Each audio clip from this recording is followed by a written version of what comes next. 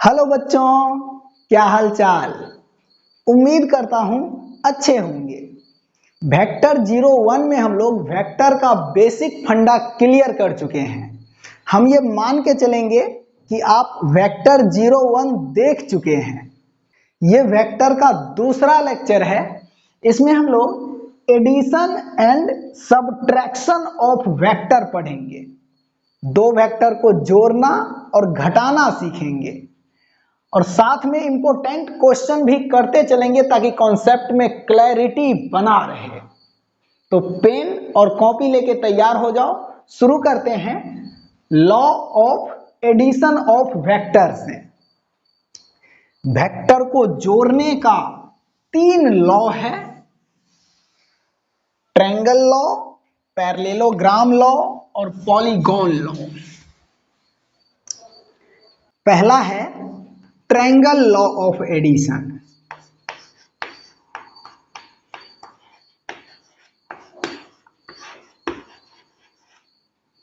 और दूसरा है पैरेललोग्राम लॉ ऑफ एडिशन।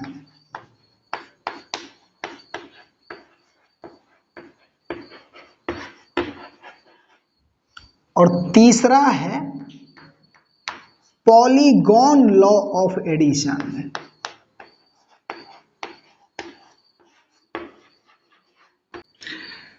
इसमें पहले ट्रायंगल लॉ देखते हैं। ट्रायंगल लॉ का स्टेटमेंट कहता है, ट्रायंगल लॉ का स्टेटमेंट कहता है कि अगर एक वेक्टर के हेड से, इस वेक्टर को मान लेते हैं ये वेक्टर ए है, ए वेक्टर के हेड से अगर किसी दूसरे वेक्टर का टेल जुड़ा है, इसको बी मान लेते हैं। यहां पे ए वेक्टर के हेड से बी वेक्टर का टेल जुड़ा है, तो ट्रायंगल लॉ का स्टेटमेंट कहता है कि ए वेक्टर के टेल से बी वेक्टर के हेड को मिलाने पे जो वेक्टर मिलेगा ये होगा इस ए और बी का जोड़। ए और बी का सम है ये, इसको रिजल्टेंट भी बोलते हैं। ए वेक्टर और बी वेक्टर का सम है ये।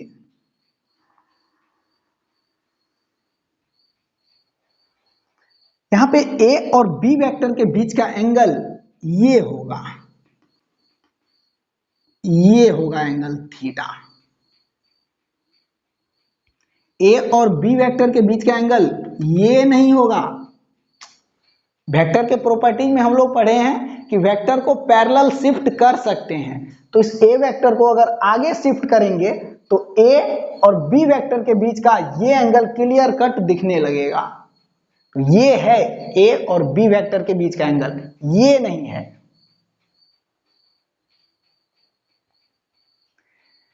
तो यहां पे ए वेक्टर का मैग्नीट्यूड है ए, बी वेक्टर का मैग्नीट्यूड है बी।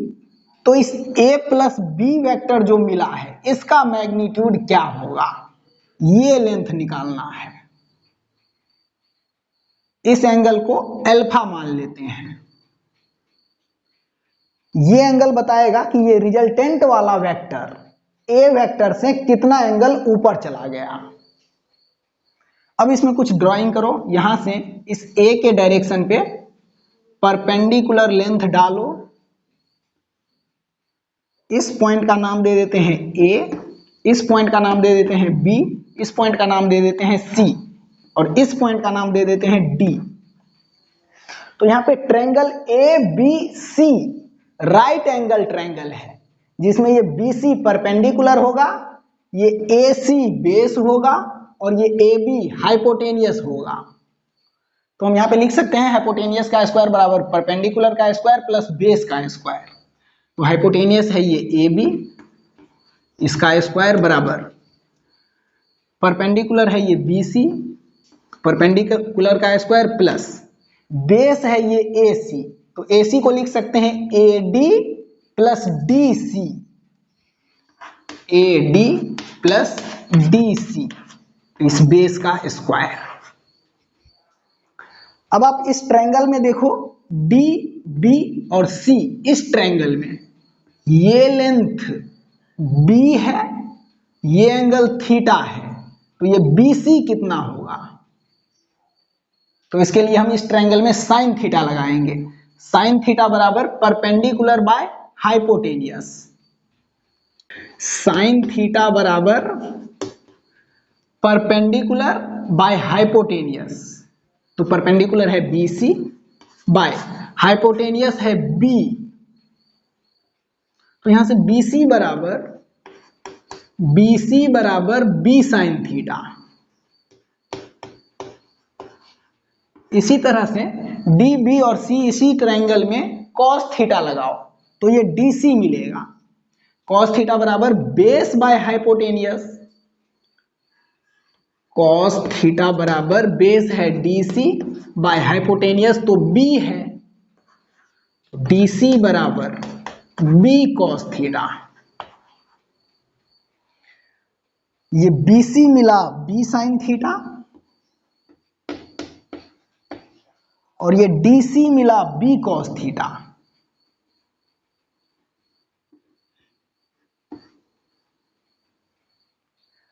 अब हम ट्रायंगल ABC में ये वाला इक्वेशन लगाएंगे, हाइपोटेनियस का स्क्वायर बराबर परपेंडिकुलर का स्क्वायर प्लस बेस का स्क्वायर। तो हमें इस AB का लेंथ मिलेगा, इस रिजल्टेंट वेक्टर का मैग्नीट्यूड मिलेगा। तो करो, इसको मिटा देते हैं। अभी ट्रायंगल लॉ चल रहा है। इस AB का मतलब A और B के सम का मैग्नीट्यूड, मतलब इस रिजल्टेंट का मैग्नीट्यूड। इस R को रिजल्टेंट बोलते हैं। रिजल्टेंट मतलब A और B का जोड़।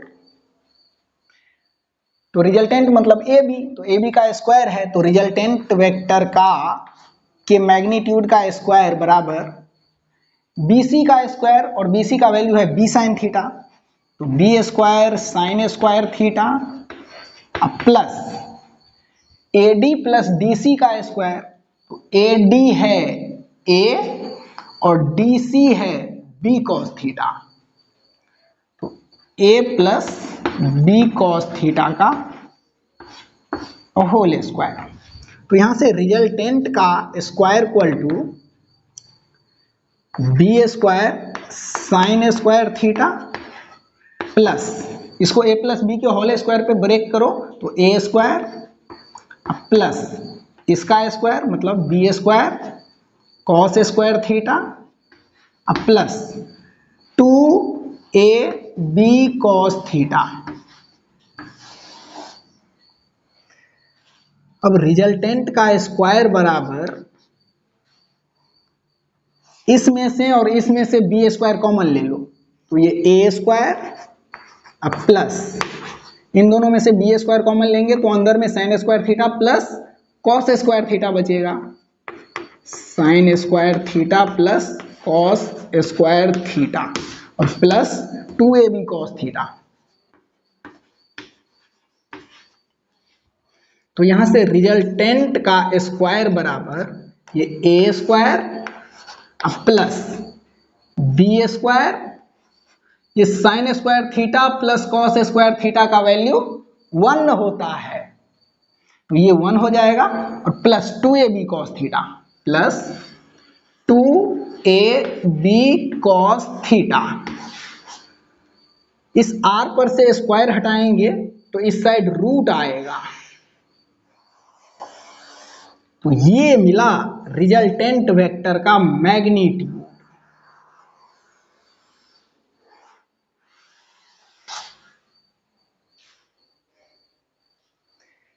दो वेक्टर दिया है A और B और दोनों के बीच का एंगल दिया है, तो इन दोनों को जोड़ने पे रिजल्टेंट वेक्टर कितने मैग्नीट्यूड का आएगा ये हम इस फॉर्मूला के हेल्प से निकाल सकते हैं।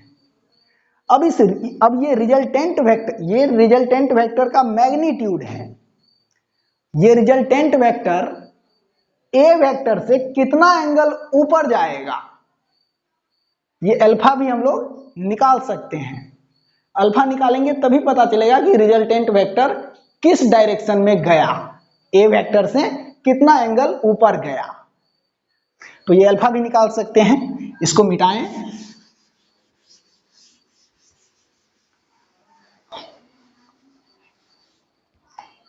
ट्रायंगल ए बी सी को देखें तो ये टेन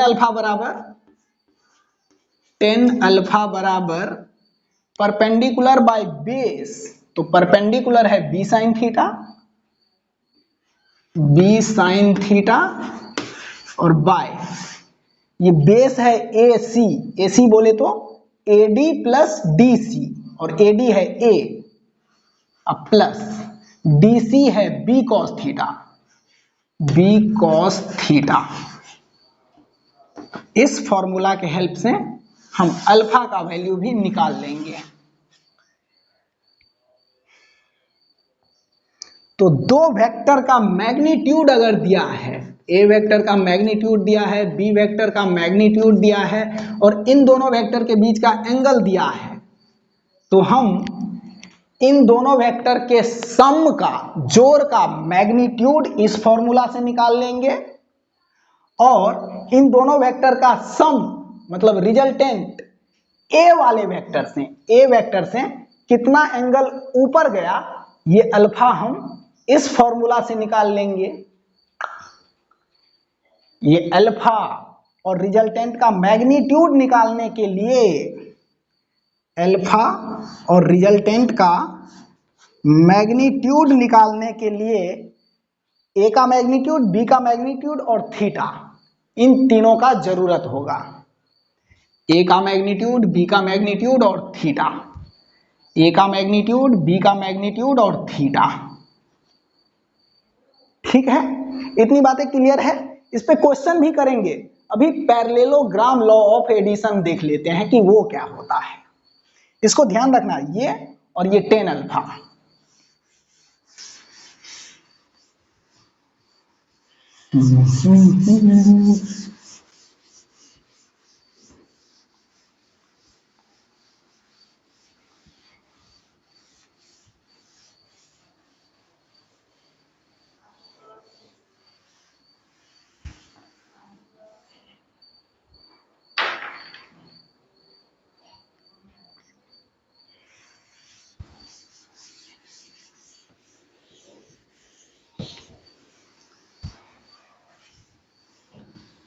पैरेललोग्राम लॉ,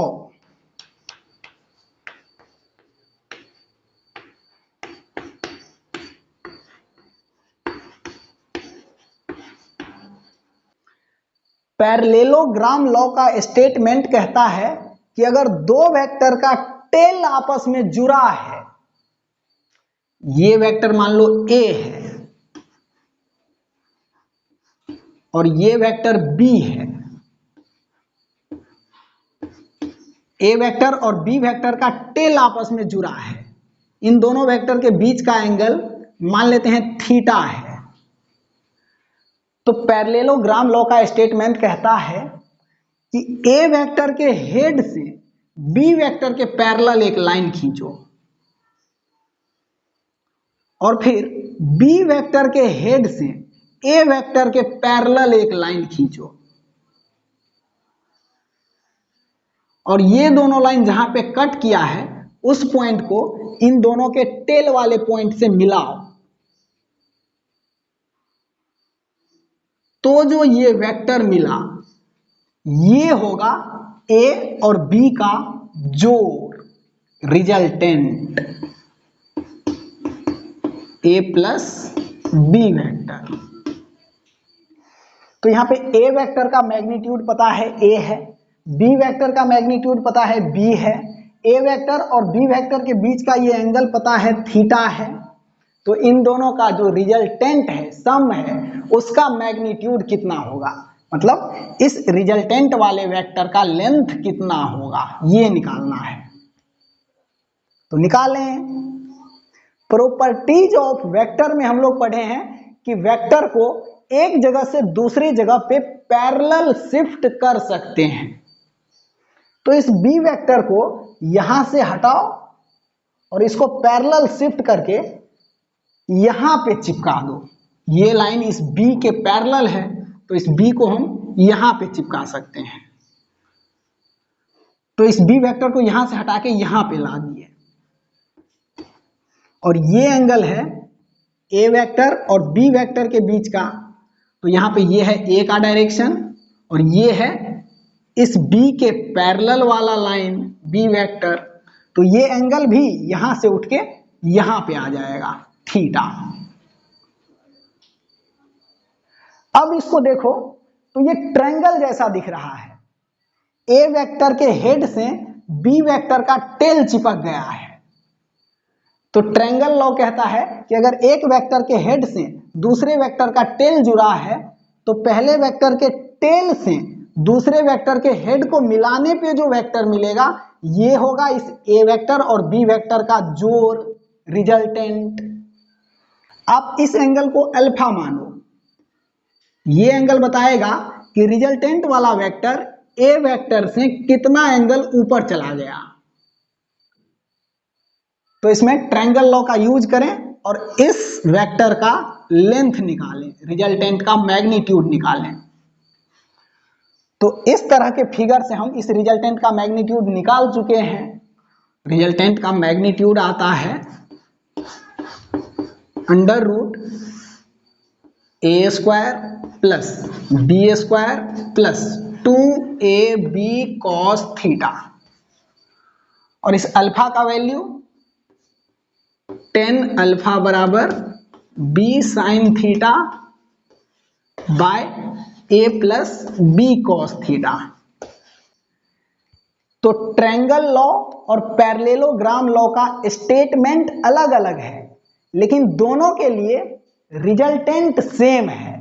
और ये रिजल्टेंट वाला वेक्टर ए वेक्टर से कितना एंगल ऊपर चला गया, ये अल्फा का फॉर्मूला भी सेम है।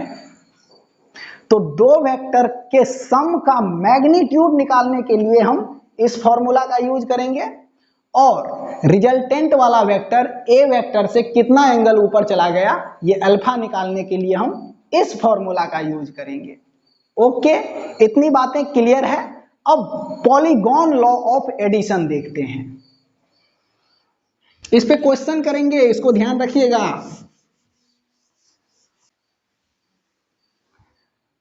Polygon law of addition.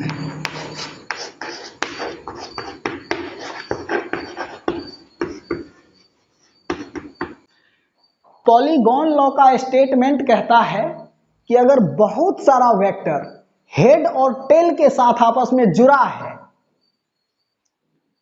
ये है वेक्टर ए, इसके हेड से एक वेक्टर का टेल जुड़ा है, ये है बी, इस बी वेक्टर के हेड से एक वेक्टर का टेल जुड़ा है, ये है सी, इस सी वेक्टर के हेड से भी एक वेक्टर का टेल जुड़ा है, ये है डी। तो यहां पे बहुत सारा वेक्टर है जो हेड और टेल के साथ आपस में जुड़ा है। तो ए बी सी और डी का रिजल्टेंट वाला वेक्टर कौन होगा? तो पॉलीगॉन लॉ कहता है कि पहले वेक्टर के टेल से लास्ट वाले वेक्टर के हेड को मिलाओ, तो जो ये वेक्टर मिला है यही है ए बी सी और डी वेक्टर का sum, resultant. A vector plus B vector plus C vector plus D vector. इसको हम प्रूव भी कर सकते हैं, इसमें ट्रायंगल लॉ का हेल्प लेंगे तो यही मिलेगा ए बी सी और डी का जोड़। करके देख लें। ए वेक्टर के हेड से बी वेक्टर का टेल जुड़ा है, तो ए वेक्टर के टेल से बी वेक्टर के हेड को मिलाएंगे तो जो ये वेक्टर मिलेगा ये होगा ए और बी का रिजल्टेंट, मतलब ए प्लस बी। अब ए प्लस बी वेक्टर के हेड से सी वेक्टर का टेल जुड़ा है, तो ए प्लस बी वेक्टर के टेल से सी वेक्टर के हेड को मिलाएंगे तो जो वेक्टर मिलेगा ये होगा ए प्लस बी और प्लस सी, ए प्लस बी वेक्टर और प्लस सी वेक्टर। अब ए plus B plus C vector के हेड से इस डी वेक्टर का टेल जुड़ा है, तो ए plus B plus C vector के टेल से डी वेक्टर के हेड को मिलाएंगे तो ये मिलेगा, और यही होगा इस वेक्टर और इस वेक्टर का जोड़, और ये वेक्टर है a plus B plus C और ये वेक्टर है d, तो यही होगा a plus B plus C plus D, a plus B plus C plus D. तो ट्रायंगल लॉ के हेल्प से हम इसको प्रूव भी कर सकते हैं। मतलब आप ये ध्यान रखना कि अगर बहुत सारा वेक्टर हेड और टेल के साथ आपस में जुड़ा है तो उन सभी वेक्टर का जो रिजल्टेंट होगा वो होगा पहले वेक्टर के टेल से लास्ट वाले वेक्टर के हेड को मिला दो, तो जो वेक्टर मिलेगा वही होगा उन सभी वेक्टर का सम। अब देखो, एक वेक्टर ये है, एक वेक्टर ये है, एक वेक्टर ये है और एक वेक्टर ये है। यह है a, यह है b, यह है c और यह है d। तो a, b, c और d वेक्टर का सम यहां पे कौन होगा? तो a वेक्टर के टेल से, पहले वाले वेक्टर के टेल से लास्ट वाले वेक्टर के हेड को मिला दो, तो ये होगा a plus b plus c plus d। और अगर कहीं ऐसा है, ये है पहला वेक्टर, ये है दूसरा वेक्टर, ये है तीसरा वेक्टर, ये है चौथा वेक्टर और ये है पांचवा वेक्टर, यह है a plus b plus c और प्लस d प्लस e। तो यहां पे देखो, पहले वेक्टर के टेल और लास्ट वाले वेक्टर के हेड के बीच कोई लेंथ ही नहीं बचा है। मतलब a, b, c, d और e इन पांचों वेक्टर को जोड़ेंगे तो मैग्नीट्यूड 0 मिलेगा, क्योंकि यहाँ पे पहले वाले वेक्टर के टेल और लास्ट वाले वेक्टर के हेड के बीच कोई गैप ही नहीं बचा है। जैसे यहाँ पे देखो, पहले वाले वेक्टर के टेल और लास्ट वाले वेक्टर के हेड के बीच इतना गैप बचा था, इसलिए इन सभी वेक्टर को जोड़ने से इतना मैग्नीट्यूड मिल गया यहाँ पे।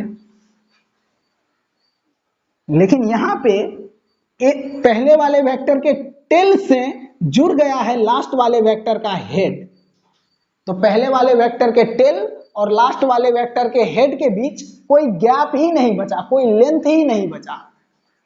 तो इन सभी वेक्टर को जोड़ेंगे तो मैग्नीट्यूड 0 मिलेगा, और किसी वेक्टर का मैग्नीट्यूड 0 मतलब उसको नल वेक्टर बोला जाता है।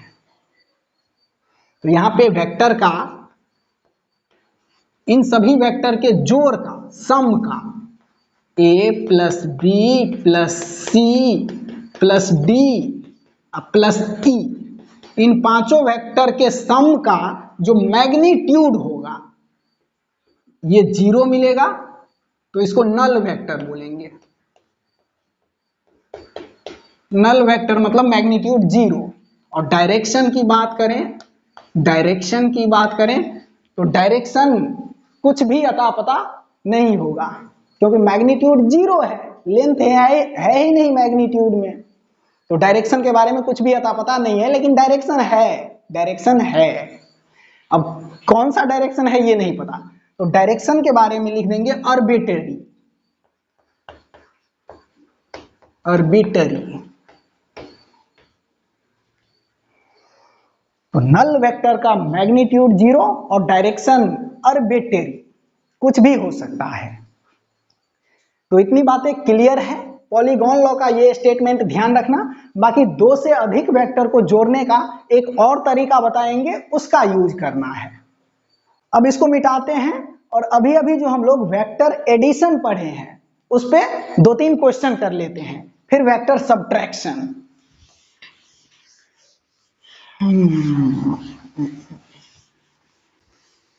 अभी अभी हम लोग देखे हैं कि अगर 2 वेक्टर का मैग्नीट्यूड पता है a और b, और इन दोनों वेक्टर के बीच का एंगल पता है, तो इन दोनों वेक्टर के सम का जो मैग्नीट्यूड होता है, रिजल्टेंट का मैग्नीट्यूड, ये रिजल्टेंट का magnitude equal to under root a square plus b square plus 2ab cos theta. यहां पे थीटा है a और b के बीच का एंगल, और ये रिजल्टेंट वाला वेक्टर ए वेक्टर से कितना एंगल ऊपर चला गया, ये अल्फा भी हम लोग निकाले हैं। Tan alpha equal to B sine theta by A plus B cos theta. ये अल्फा है, ए वेक्टर से रिजल्टेंट कितना एंगल ऊपर चला गया, तो इसका यूज करेंगे। क्वेश्चन है, एक वेक्टर है ए बराबर 5 यूनिट और दूसरा वेक्टर है बी बराबर 2 यूनिट। इन दोनों वेक्टर के बीच का एंगल ये थीटा है 60 डिग्री। तो बताओ इन दोनों को जोड़ेंगे तो रिजल्टेंट का मैग्नीट्यूड कितना आएगा। तो लगाओ ये फॉर्मूला, रिजल्टेंट का magnitude equal to under root A square, मतलब 5 का स्क्वायर 25 प्लस बी स्क्वायर, तो 2 का square 4 plus 2ab cos theta. 2a है 5, b है 2 और कॉस थीटा, a और b के बीच का एंगल है 60 डिग्री। 60 डिग्री। रिजल्टेंट का magnitude equal to under root 25 plus 4 29 plus 2 into 5 10 into 2 20 और cos 60 डिग्री का वैल्यू, cos 60 डिग्री का वैल्यू 1/2, 1/2। 2 से ये 20 कटेगा 10, तो ये आया रिजल्टेंट का magnitude equal to under root 29 plus 10 39 unit. तो 5 यूनिट और 2 यूनिट के बीच का एंगल 60 डिग्री है, तो इन दोनों के सम का मैग्नीट्यूड मिला अंडर रूट 39 यूनिट और इन दोनों का सम रिजल्टेंट इन दोनों के बीच में इधर कहीं पे जाएगा और इस रिजल्टेंट का मैग्नीट्यूड मिला है अंडर रूट 39। अब ये रिजल्टेंट वाला वेक्टर इस ए वेक्टर से कितना एंगल ऊपर गया, ये अल्फा निकालो। तो इसके लिए हम इसका यूज करेंगे। तो 10 अल्फा बराबर 10 अल्फा बराबर बी साइन थीटा, बी है 2 यूनिट और साइन थीटा, और थीटा है 60 डिग्री, तो साइन 60 डिग्री का वैल्यू √3/2, √3/2 और bye A plus B cos theta. ए है 5 प्लस बी है 2 इंटू कॉस थीटा का वैल्यू, थीटा है 60 डिग्री तो कॉस 60 का वैल्यू 1/2। तो यहाँ पे 2 से 2 कट जाएगा, यहाँ भी 2 से 2 कटेगा। 10 alpha equal to √3/5 plus 1 6। 10 alpha बराबर √3/6। तो यहां से अल्फा बराबर मिलेगा 10 इनवर्स √3/6, 10 इनवर्स √3/6।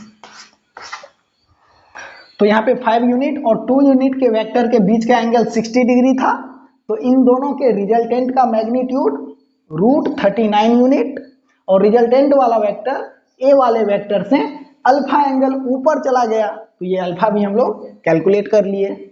तो इस तरह से हम लोग इस फॉर्मूला का और इस फॉर्मूला का यूज करेंगे।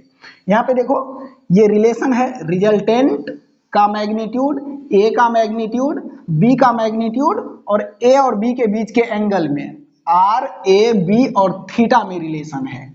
तो इन चारों में से कोई भी 3 दे के चौथा पूछ सकता है, तो हम इसी फॉर्मूला के हेल्प से निकालेंगे। अगला क्वेश्चन लेते हैं।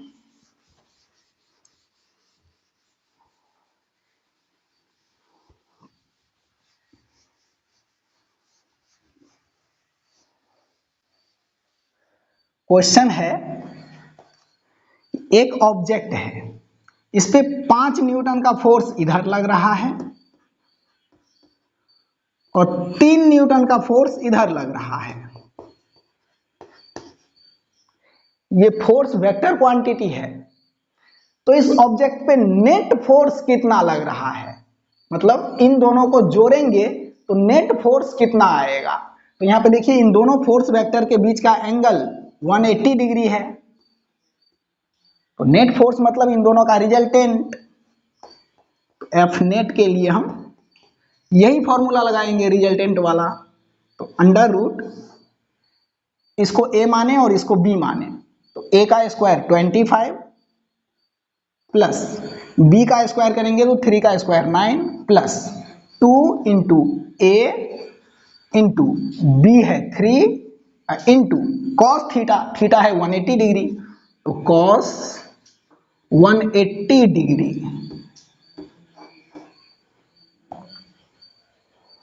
और cos 180 डिग्री का वैल्यू, cos 180 डिग्री का वैल्यू ट्रिगोनोमेट्री में पढ़ चुके हैं, -1 होता है।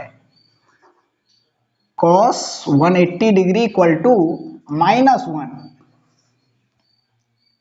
तो यहां पे एफ नेट कितना मिला, अंडर रूट 25 प्लस 9 34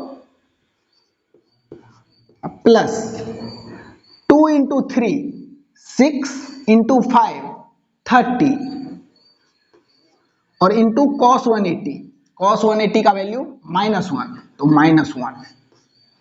तो यहां से अंडर रूट 34 और प्लस माइनस -30, तो ये मिला अंडर रूट 34 में से 30 कट करेंगे तो 4 मिलेगा और 4 रूट से बाहर निकलेगा तो 2 आएगा, तो 2 न्यूटन।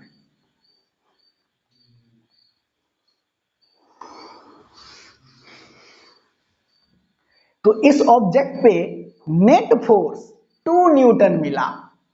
और वैसे भी हम लोग इसको देखें तो इस पे 5 न्यूटन इधर लग रहा है और 3 न्यूटन इधर लग रहा है, तो इस पे नेट फोर्स 5 - 3 2 न्यूटन ही आएगा इस डायरेक्शन में, 5 के डायरेक्शन में।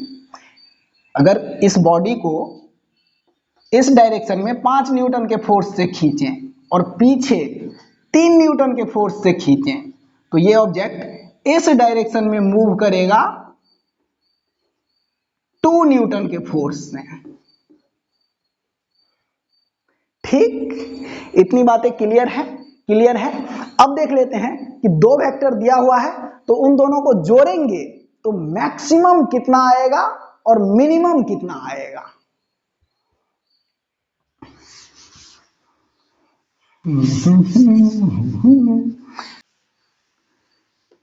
एक वेक्टर है ए और एक वेक्टर है बी, इन दोनों के बीच का एंगल है थीटा। इन दोनों को जोड़ेंगे तो रिजल्टेंट का magnitude A plus B vector के सम का मैग्नीट्यूड का फॉर्मूला है अंडर रूट ए square plus B square plus 2ab cos theta. यहां पे एंगल हम कितना चूज करें ताकि ए और बी के सम का मैग्नीट्यूड मैक्सिमम मिले। ए वेक्टर और बी वेक्टर के सम का मैग्नीट्यूड मैक्सिमम मिले, और ये मैक्सिमम वैल्यू कितना होगा। तो यहां पे ए वेक्टर का मैग्नीट्यूड और बी वेक्टर का मैग्नीट्यूड कांस्टेंट है, फिक्स है। यहां पे हम इस एंगल को चेंज कर सकते हैं, कभी ए इधर ले लेंगे और बी इधर ले लेंगे, कभी ए इधर ले लेंगे और बी इधर ले लेंगे, तो इन दोनों वेक्टर के बीच के एंगल को हम चेंज कर सकते हैं। तो इस ए और बी के सम का मैग्नीट्यूड चेंज होगा। तो आप ऐसा एंगल यहां पे चूज करो ताकि ए और बी के सम का ये मैग्नीट्यूड मैक्सिमम मिले। तो ए और बी तो कांस्टेंट है, हम इस एंगल को बदल के इसको मैक्सिमम कर सकते हैं। तो इसको मैक्सिमम होने के लिए थीटा के जगह पे ऐसा एंगल रखो ताकि cos थीटा मैक्सिमम हो, तो उसी एंगल पे ए और बी के सम का मैग्नीट्यूड मैक्सिमम होगा। तो कॉस थीटा का वैल्यू मैक्सिमम +1 होता है और मिनिमम -1 होता है। तो कितने डिग्री पे कॉस थीटा का वैल्यू मैक्सिमम होता है, मतलब +1 होता है। तो थीटा बराबर 0 डिग्री अगर चूज करेंगे तो कॉस 0 का वैल्यू 1 होता है। तो 0 डिग्री पे कॉस थीटा मैक्सिमम होता है, 1 के बराबर होता है। तो 0 डिग्री चूज करो यहाँ पे, तो थीटा 0 डिग्री चूज करेंगे तो a प्लस बी के सम का मैग्नीट्यूड कितना मिलेगा। अगर इसको 0 चूज करेंगे तो ये मिलेगा √a² plus b² plus 2ab और cos 0 का वैल्यू तो 1 हो गया। अब हम इस अंडर रूट वाले टर्म को लिख सकते हैं a प्लस बी का होल स्क्वायर। इसको ब्रेक करेंगे तो फिर से यही मिलेगा a² plus b² plus 2ab। यहां पे इस स्क्वायर से रूट हट जाएगा तो ये a प्लस बी मिलेगा। तो a और b इन दोनों वेक्टर को 0 डिग्री के एंगल पे रख के अगर जोड़ेंगे तो a और b के सम का मैग्नीट्यूड मैक्सिमम मिलेगा। और वो कितना मिलेगा, a और b के सिंपल जोड़ के बराबर। a प्लस बी के मैग्नीट्यूड का मैक्सिमम वैल्यू a और b के सिंपल जोड़ के बराबर मिला।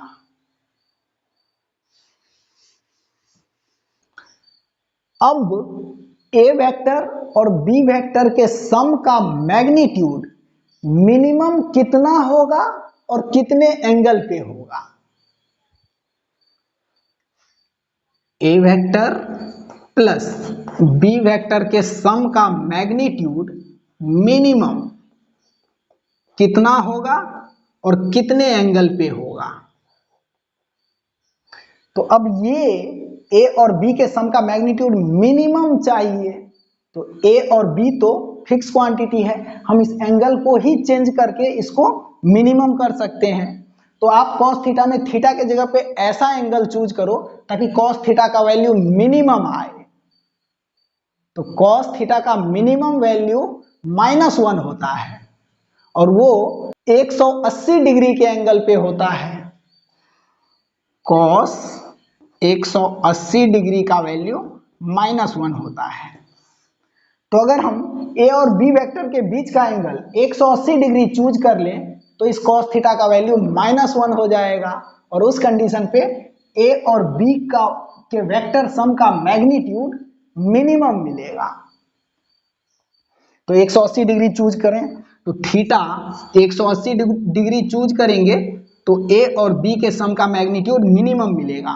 और वो कितना मिलेगा, तो 180 डिग्री चूज करके देखो तो ये √a² plus b² plus 2ab और cos 180 डिग्री का वैल्यू -1, तो यहाँ पे -1।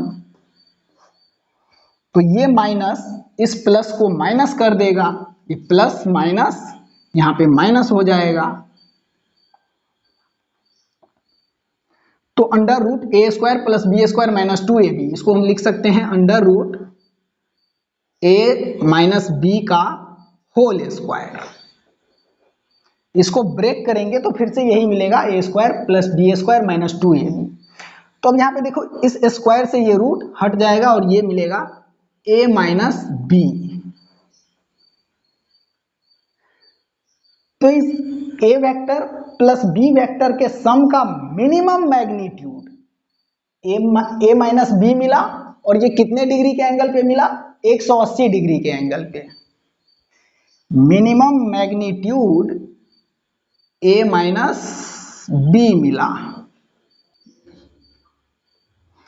तो ये दोनों बातें ध्यान रखना कि दो वेक्टर को अगर जोड़ेंगे तो मैक्सिमम वैल्यू 0 डिग्री के एंगल पे मिलेगा और वो कितना मिलेगा, a प्लस बी। और उन्हीं दोनों वेक्टर को जोड़ेंगे तो minimum value a minus B मिलेगा और वो कितने डिग्री के एंगल पे, 180 डिग्री के एंगल पे। जैसे दो वेक्टर है अपने पास, मान लेते हैं 7 यूनिट और 3 यूनिट। एक वेक्टर है 7 यूनिट और दूसरा वेक्टर है 3 यूनिट। इन दोनों को अगर जोड़ेंगे तो मैक्सिमम मैग्नीट्यूड कितना मिलेगा? इन दोनों को अगर जोड़ेंगे तो इन दोनों के सम का मैक्सिमम मैग्नीट्यूड मिलेगा a प्लस बी, मतलब 7 + 3 तो 7 × 3 = 10। और ये कितने डिग्री के एंगल पे मिलेगा? इन दोनों वेक्टर को 0 डिग्री के एंगल पे रखने से, मतलब जिस डायरेक्शन में 7 यूनिट है उसी डायरेक्शन में 3 यूनिट भी। तो इन दोनों को हम सिंपल तरीका से भी जोड़ सकते हैं, 7 × 3 = 10। और मिनिमम कितना मिलेगा? मिनिमम कितना मिलेगा? a प्लस बी के सम का मैग्नीट्यूड मिनिमम मिलेगा a माइनस बी, तो 7 - 3, तो 7 में से 3 गया तो 4। और ये कितने डिग्री के एंगल पे? 180 डिग्री के एंगल पे, मतलब इस डायरेक्शन में रख दो 7 यूनिट और इससे 180 डिग्री के एंगल पे रख दो 3 यूनिट। ये एंगल 180 डिग्री, तो 7 में से 3 गया तो 4। मतलब दो वेक्टर अगर अपने पास है 7 यूनिट और 3 यूनिट, तो इन दोनों के सम का मैग्नीट्यूड मैक्सिमम 10 होगा और मिनिमम 4 होगा। 4 से नीचे नहीं जाएगा और 10 से ऊपर नहीं जाएगा। 4 और 10 के बीच में अलग अलग एंगल पे अलग अलग वैल्यू आएगा। ठीक, इतनी बातें क्लियर है? क्लियर है? क्लियर है। अब कंपोनेंट ऑफ वेक्टर देखते हैं। कंपोनेंट ऑफ वेक्टर,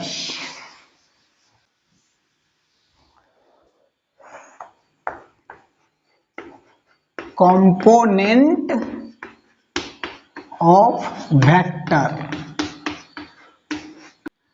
मान लो ये एक रॉड है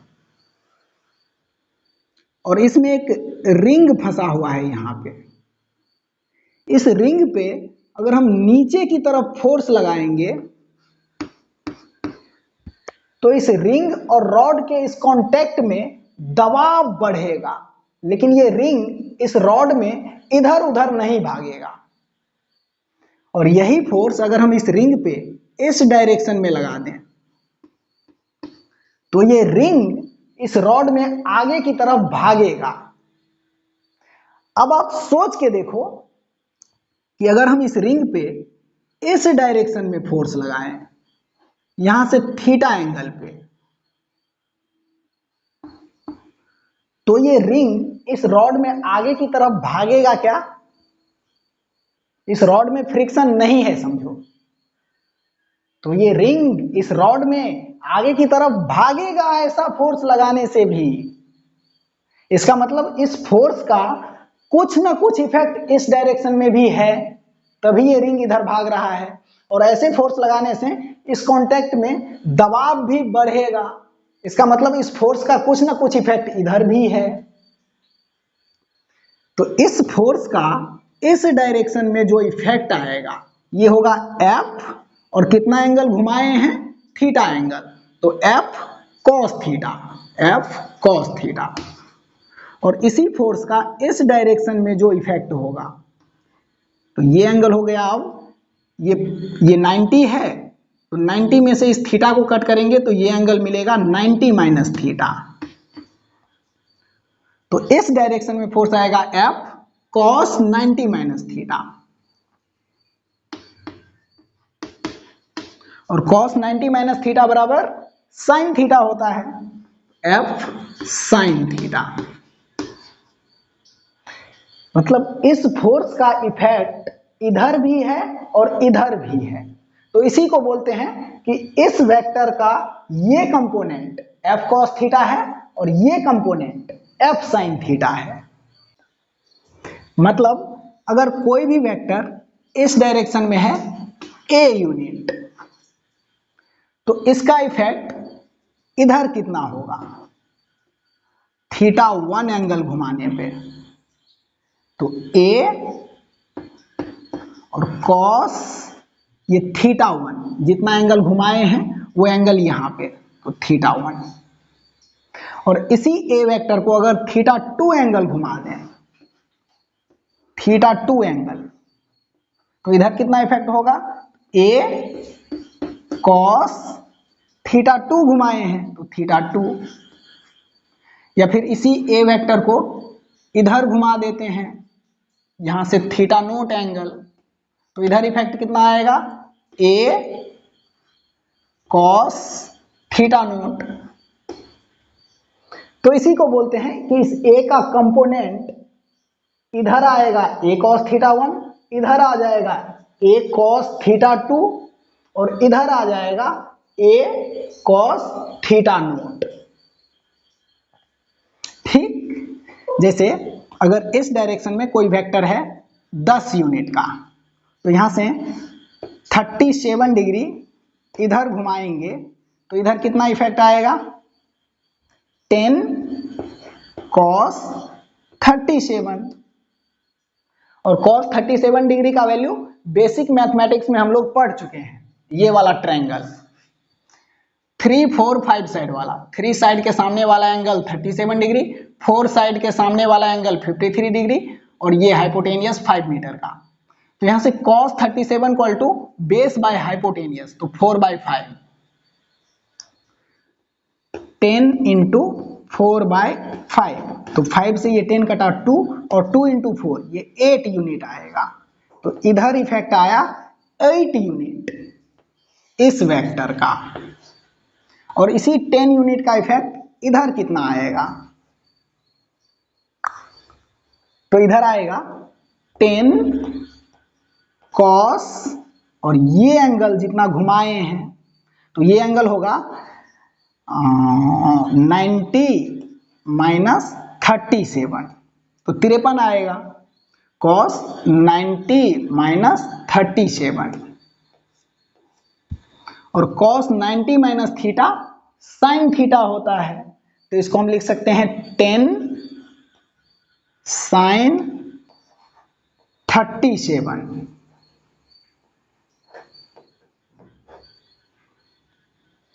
और साइन 37 डिग्री का वैल्यू परपेंडिकुलर बाय हाइपोटेनियस, तो 3/5, 10 इंटू 3/5, तो 5 से ये 10 कटेगा 2, 2 इंटू 3 6 यूनिट आएगा इधर। तो इस 10 का कंपोनेंट इस डायरेक्शन में 8 और इस डायरेक्शन में 6। तो आप लोगों को ये ध्यान रखना है कि किसी भी वेक्टर को, मान लो ये है वेक्टर ए, इसको अगर थीटा एंगल इधर झुकाएंगे तो ये होगा ए कॉस थीटा, और इस डायरेक्शन के परपेंडिकुलर डायरेक्शन में इधर झुकाएंगे तो इधर इफेक्ट होगा ए कॉस, और ये वाला एंगल इतना घुमा है तो ये एंगल होगा 90 minus theta, 90 minus theta, 90 minus theta. तो ए और cos 90 minus theta sine theta होता है। तो किसी भी वेक्टर को थीटा एंगल इधर झुकाएंगे तो ए cos थीटा, और इस डायरेक्शन के परपेंडिकुलर डायरेक्शन में झुकाएंगे तो ए साइन थीटा। इतनी बातें ध्यान रखना, ठीक है, इसको मिटा रहे हैं।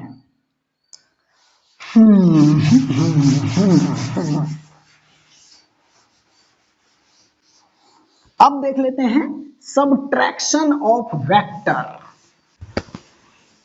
Subtraction of vector.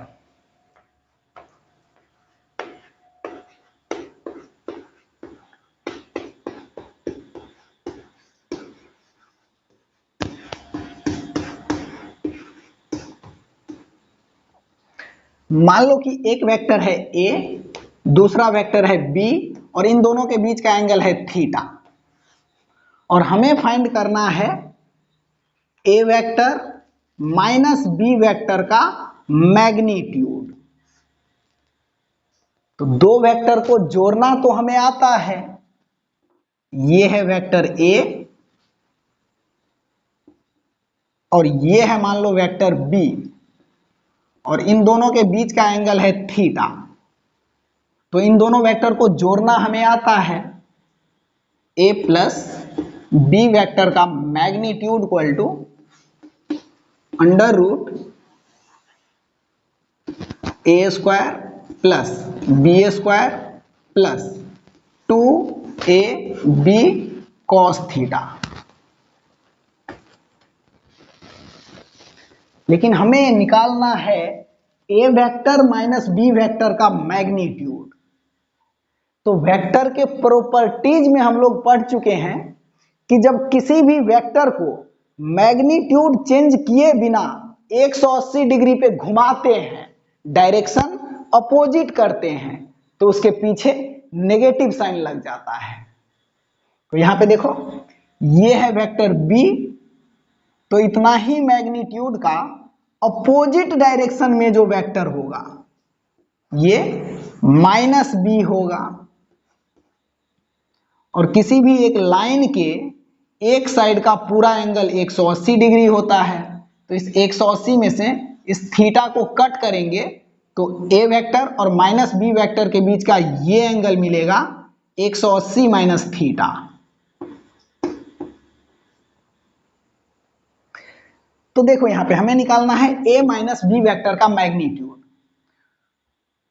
तो जोड़ना तो हमें आता है, तो इस ए वेक्टर और माइनस बी वेक्टर को जोड़ो।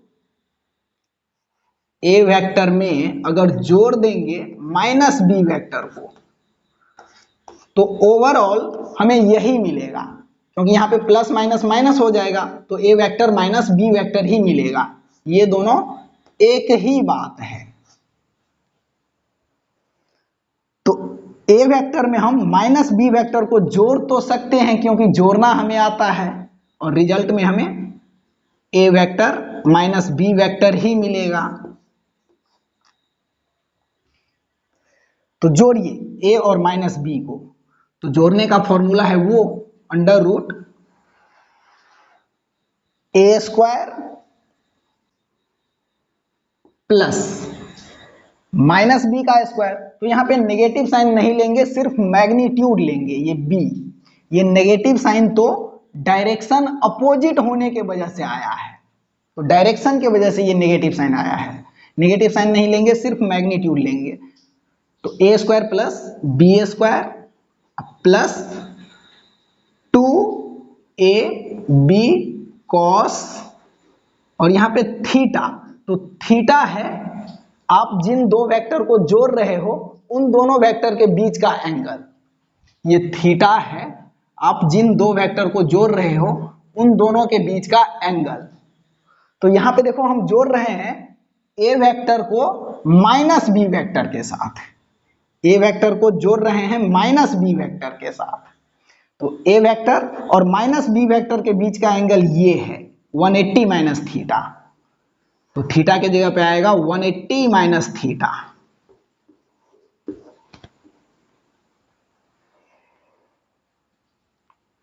तो ये अंडर रूट ए square plus B square plus 2ab, और cos 180 माइनस थीटा का वैल्यू माइनस कॉस थीटा होता है। ये हम लोग बेसिक मैथमेटिक्स के अंदर ट्रिगोनोमेट्री में पढ़ चुके हैं। cos 180 माइनस थीटा बराबर minus cos theta, minus cos theta. तो a माइनस बी का मैग्नीट्यूड मिला, ए वेक्टर माइनस बी वेक्टर का मैग्नीट्यूड मिला अंडर रूट ए स्क्वायर प्लस बी स्क्वायर, और ये प्लस माइनस यहां पे माइनस हो जाएगा 2ab कॉस थीटा। ये मिला a माइनस बी का मैग्नीट्यूड।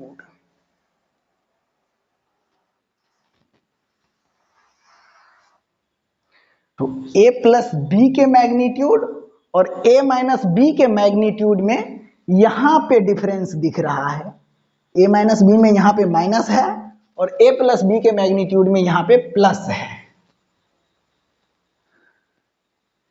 ठीक, अब देखो ए प्लस बी इधर कहीं पे होगा, ए वेक्टर प्लस बी वेक्टर, और ए वेक्टर और माइनस बी वेक्टर का रिजल्टेंट इधर कहीं पे होगा, ए वेक्टर माइनस बी वेक्टर का resultant.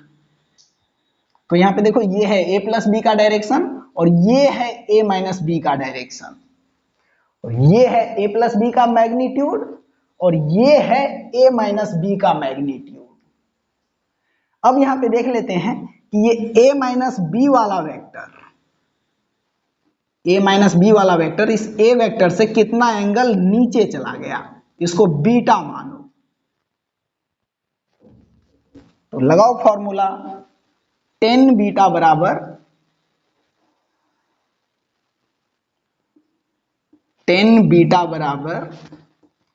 B sine theta by A plus B cos theta. तो बी है ये बी और साइन थीटा, और थीटा के जगह पे उन दोनों वेक्टर के बीच का एंगल लिया जाता है जिन दोनों वेक्टर को आप जोड़े हो। तो यहां पे हम जोड़े हैं ए और माइनस बी को, तो ए और माइनस बी के बीच का एंगल ये है 180 माइनस थीटा। तो बी साइन थीटा में थीटा के जगह पे 180 minus theta by A plus B cos theta, A plus B cos और थीटा के जगह पे 180 माइनस थीटा। तो यहां से 10 बीटा इक्वल टू बी और साइन 180 माइनस थीटा बराबर साइन थीटा ही होता है। ये हम लोग बेसिक मैथमेटिक्स के अंदर ट्रिगोनोमेट्री में पढ़ चुके हैं। साइन 180 माइनस थीटा बराबर साइन थीटा ही होता है, और बाय ए और cos 180 माइनस थीटा बराबर माइनस कॉस थीटा। तो यहां पे इसको माइनस कॉस थीटा लिखेंगे तो ये माइनस इस प्लस को माइनस कर देगा, तो a minus B cos theta. तो ये मिला बीटा का वैल्यू, ये बीटा बताएगा कि a minus B vector A vector से कितना एंगल नीचे चला गया।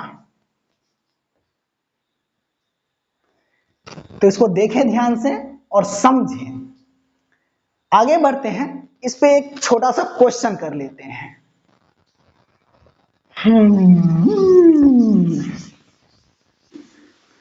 क्वेश्चन है, एक वेक्टर है इस डायरेक्शन में 5 यूनिट और दूसरा वेक्टर है इस डायरेक्शन में 2 यूनिट, दोनों वेक्टर के बीच का एंगल है 60 डिग्री। तो a माइनस बी का मैग्नीट्यूड कितना होगा, a माइनस बी का मैग्नीट्यूड, ये अभी अभी हम लोग देखे हैं अंडर रूट ए स्क्वायर, तो 5 का स्क्वायर 25 प्लस बी स्क्वायर तो 2 का स्क्वायर 4 और minus 2ab cos theta. 2a है 5, b है 2 और cos थीटा है 60, तो cos 60 डिग्री का वैल्यू 1/2। तो यहाँ पे एक 2 से एक 2 कट जाएगा और ये आएगा under root 25 plus 4 29 minus 5 into 2 10, तो 29 माइनस 10 अंडर रूट 19 यूनिट। तो a माइनस बी का मैग्नीट्यूड मिला 19 यूनिट, और a माइनस बी का डायरेक्शन किधर होगा, तो ये है a और ये है b, तो ये b, तो इसके ठीक अपोजिट डायरेक्शन में इक्वल मैग्नीट्यूड का जो वेक्टर होगा ये होगा माइनस बी। तो ये a और ये माइनस बी, तो a माइनस बी का डायरेक्शन इधर कहीं पे होगा, ये है a माइनस बी। तो a वाले वेक्टर से ये a माइनस बी वाला वेक्टर कितना एंगल नीचे आया, ये एंगल कैलकुलेट करो, इसको बीटा एंगल नाम देते हैं। ये बीटा कितना होगा, तो इसका भी फॉर्मूला हम लोग देखे हैं, 10 बीटा बराबर B sine theta by a minus B cos theta. तो b है 2 और थीटा है 60 डिग्री, तो साइन 60 √3/2 बट्टा a है 5 और माइनस b है 2 इंटू कॉस 60 का वैल्यू 1/2। तो 2 से 2 गया, 5 माइनस 1 नीचे में 4 बचा और ऊपर में ये 2 से 2 कटेगा तो √3 बचा, तो √3/4। तो tan बीटा बराबर √3/4, तो बीटा बराबर tan इनवर्स √3/4। तो ये मिला कि a माइनस बी वाला वेक्टर a वेक्टर से कितना एंगल नीचे चला गया। इतनी बातें क्लियर है। अब 5-6 क्वेश्चन करते हैं और क्वेश्चन के थ्रू अच्छा कॉन्सेप्ट है जो क्लियर करेंगे। आ जाओ, आजा मेरी गली। क्वेश्चन है कि ए वेक्टर का मैग्नीट्यूड और बी वेक्टर का मैग्नीट्यूड बराबर है और इन दोनों को जोड़ने से जो रिजल्टेंट वेक्टर मिला है उसका मैग्नीट्यूड भी इन्हीं दोनों के बराबर है। रिजल्टेंट का मैग्नीट्यूड भी इन्हीं दोनों के बराबर है। तो ए वेक्टर और बी वेक्टर के बीच का एंगल कितना होगा? Find angle between A and B. तो हम मान लेते हैं कि ए वेक्टर का मैग्नीट्यूड बराबर है बी वेक्टर के मैग्नीट्यूड के, बराबर है रिजल्टेंट के मैग्नीट्यूड के, और ये बराबर कुछ भी मान लो y। मतलब a का मैग्नीट्यूड बराबर y, b का मैग्नीट्यूड बराबर y और रिजल्टेंट का मैग्नीट्यूड बराबर भी y। तो बात तो यही हुआ कि a का मैग्नीट्यूड, b का मैग्नीट्यूड और रिजल्टेंट का मैग्नीट्यूड बराबर है। तो a और b के बीच का एंगल कितना होगा, ये है क्वेश्चन। अब हमें a, b, r और थीटा में रिलेशन पता है कि रिजल्टेंट का magnitude equal to √a² plus b² plus 2ab cos theta. यही थीटा है a और b के बीच का एंगल। ये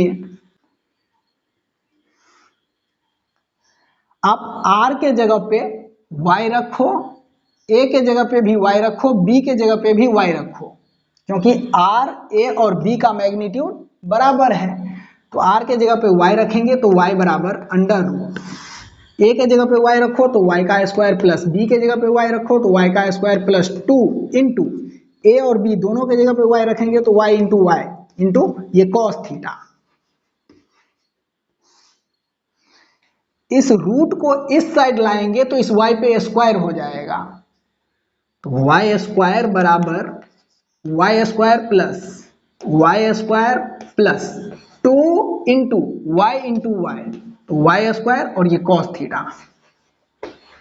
तो यहाँ पे एक y² से एक y² कट जाएगा और ये y² इक्वालिटी के इस साइड आएगा तो प्लस से माइनस में आएगा, तो माइनस y² बराबर 2y² cos थीटा। तो यहाँ पे भी y² से y² कट जाएगा तो cos थीटा बराबर -1 और ये 2 में cos थीटा बराबर -1 और ये वाला 2 यहाँ पे डिवाइड में आएगा। यहाँ पे cos थीटा बराबर -1/2, तो cos कितने डिग्री का वैल्यू -1/2 होता है? ये हम लोग बेसिक मैथमेटिक्स के अंदर ट्रिगोनोमेट्री में पढ़ चुके हैं। cos 120 डिग्री का वैल्यू -1/2 होता है, तो थीटा के जगह पे 120 डिग्री होगा। cos 120 degree equal to -1/2। तो दो इक्वल वेक्टर को ये भी मान लो 5 है और ये भी 5 है। दो इक्वल वेक्टर को अगर 120 डिग्री के एंगल पे रख देंगे, ये एंगल 120 डिग्री, तो इन दोनों वेक्टर से जो रिजल्टेंट मिलेगा, इन दोनों का जो सम मिलेगा, इसका मैग्नीट्यूड भी 5 ही होगा। ठीक, तो ये क्वेश्चन क्लियर है, क्लियर है, क्लियर है। आगे बढ़ते हैं।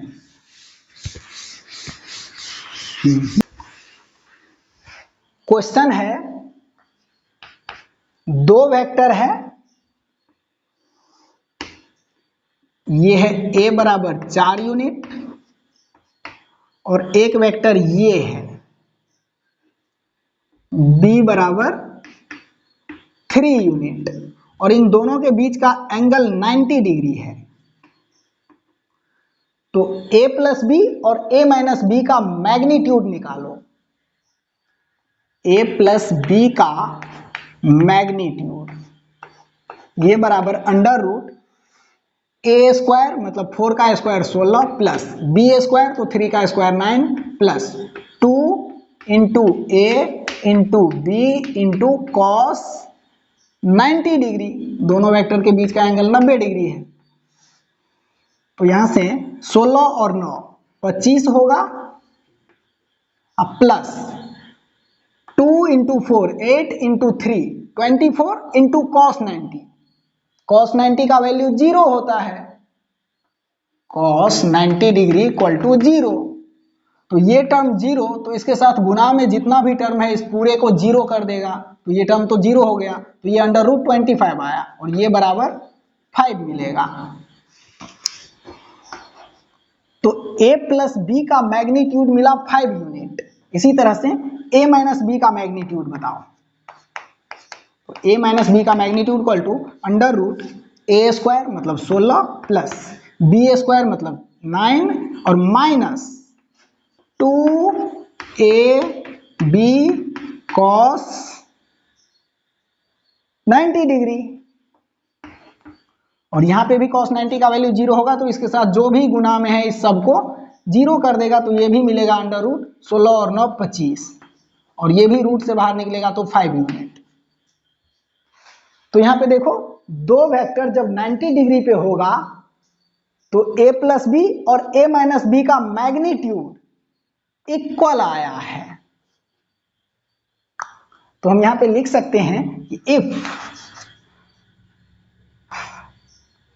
a परपेंडिकुलर टू b मतलब a और b के बीच का एंगल अगर 90 डिग्री है तो a प्लस बी का मैग्नीट्यूड और a माइनस बी का मैग्नीट्यूड बराबर होगा।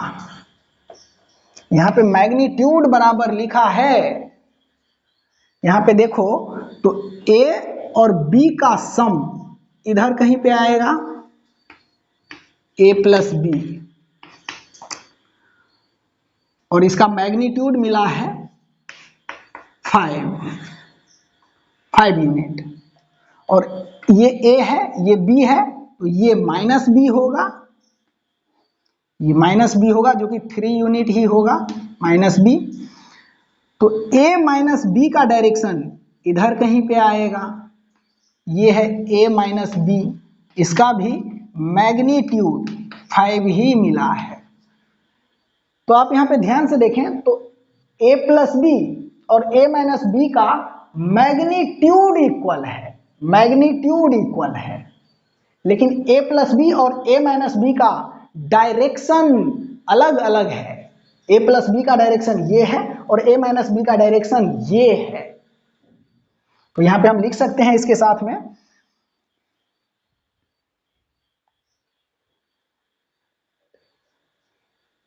तो हम a प्लस बी और a माइनस बी वेक्टर को डायरेक्शन के साथ इक्वल नहीं लिख सकते। a प्लस बी वेक्टर और a माइनस बी वेक्टर इन दोनों का मैग्नीट्यूड इक्वल है, डायरेक्शन के साथ में देखें तो ये इक्वल नहीं है।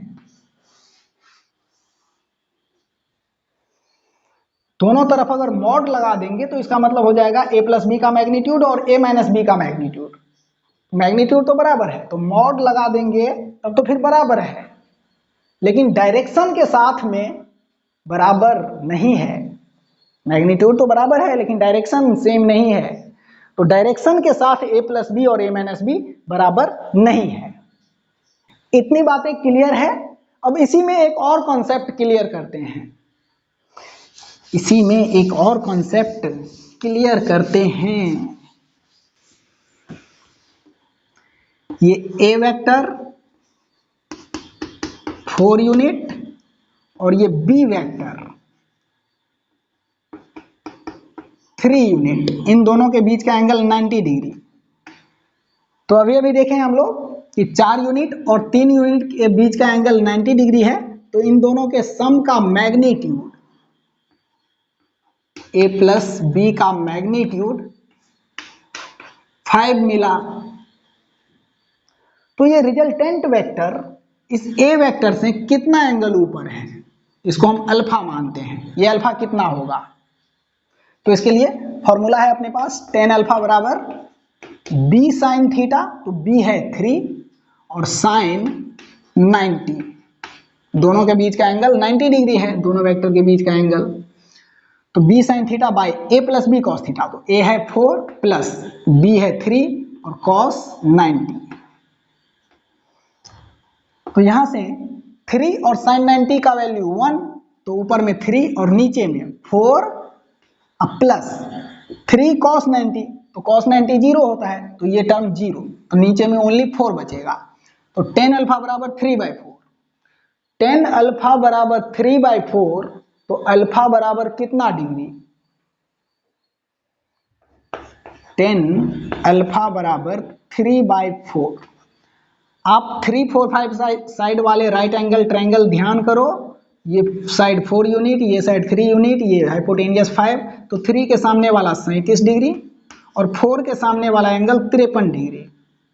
तो यहां से देखो tan 37 डिग्री का वैल्यू परपेंडिकुलर बाय बेस 3/4, वही है यहाँ पे tan 37 डिग्री इक्वल टू 3/4 और tan अल्फा इक्वल टू 3/4 है, इसका मतलब अल्फा 37 डिग्री। तो ये एंगल मिला 37 डिग्री। तो ये कितना होगा, तो ये पूरा 90 डिग्री है, 90 में से इस 37 को कट करो तो ये एंगल मिलेगा। तो 90 में से 37 को कट करेंगे तो 10 में से 7 3 और 8 में से 3 5, तो 53 डिग्री। अब यहां पे आप एक चीज ध्यान से देखो, ये रिजल्टेंट वाला वेक्टर 4 यूनिट वाले वेक्टर से कम एंगल पे है और 3 यूनिट वाले वेक्टर से ज्यादा एंगल पे है। अब यहां पे देखो ये 53 डिग्री ज्यादा है इस 37 डिग्री से। ए वेक्टर का मैग्नीट्यूड 4 यूनिट है और बी वेक्टर का मैग्नीट्यूड 3 यूनिट है। तो यहां से हम एक कॉन्सेप्ट लगा सकते हैं कि ये जो रिजल्टेंट है ये ज्यादा मैग्नीट्यूड वाले वेक्टर के साथ कम एंगल पे रहता है और कम मैग्नीट्यूड वाले वेक्टर के साथ ज्यादा एंगल पे चला जाता है। ये मान लो वेक्टर ए है और ये है वेक्टर बी और ये है रिजल्टेंट वेक्टर। इस एंगल को अल्फा मानो और इस एंगल को बीटा मानो, और कंडीशन यहां पे ये है कि ए का मैग्नीट्यूड ज्यादा है इस बी के मैग्नीट्यूड से। ए का मैग्नीट्यूड ज्यादा है और बी का मैग्नीट्यूड कम है, तो इस अल्फा और बीटा एंगल में कौन ज्यादा होगा और कौन कम होगा। तो ज्यादा मैग्नीट्यूड वाले वेक्टर से कम एंगल पे रहता है रिजल्टेंट और कम मैग्नीट्यूड वाले वेक्टर से ज्यादा एंगल पे चला जाता है रिजल्टेंट। तो अगर ए का मैग्नीट्यूड ज्यादा है तो ये अल्फा कम हो जाएगा इस बीटा से, अल्फा एंगल कम हो जाएगा बीटा एंगल से। तो ये अच्छा कॉन्सेप्ट है, ये ध्यान रखना। या फिर आप इसको ऐसे भी ध्यान रख सकते हैं, ये है मान लो 10 यूनिट का वेक्टर और ये है 2 यूनिट का वेक्टर, तो इन दोनों का जो रिजल्टेंट होगा वो ज्यादा मैग्नीट्यूड वाले के साथ कम एंगल पे रहेगा, तो ये है रिजल्टेंट। इस एंगल को मान लें अल्फा और इस एंगल को मान लें बीटा। तो आप इसको ऐसे भी ध्यान रख सकते हैं कि रिजल्टेंट वाला वेक्टर ज्यादा मैग्नीट्यूड वाले वेक्टर के साथ थोड़ा ज्यादा चिपका सा रहता है और कम मैग्नीट्यूड वाले वेक्टर से ज्यादा एंगल पे भाग जाता है। तो ऐसे भी ध्यान रख सकते हैं, यहाँ पे ये 10 ज्यादा है और 2 कम है, तो ये अल्फा कम होगा और बीटा ज्यादा होगा, अल्फा कम होगा और बीटा ज्यादा होगा। तो ये अच्छा कॉन्सेप्ट है, इसको ध्यान रखना। आगे बढ़ते हैं, अब अगला कॉन्सेप्ट।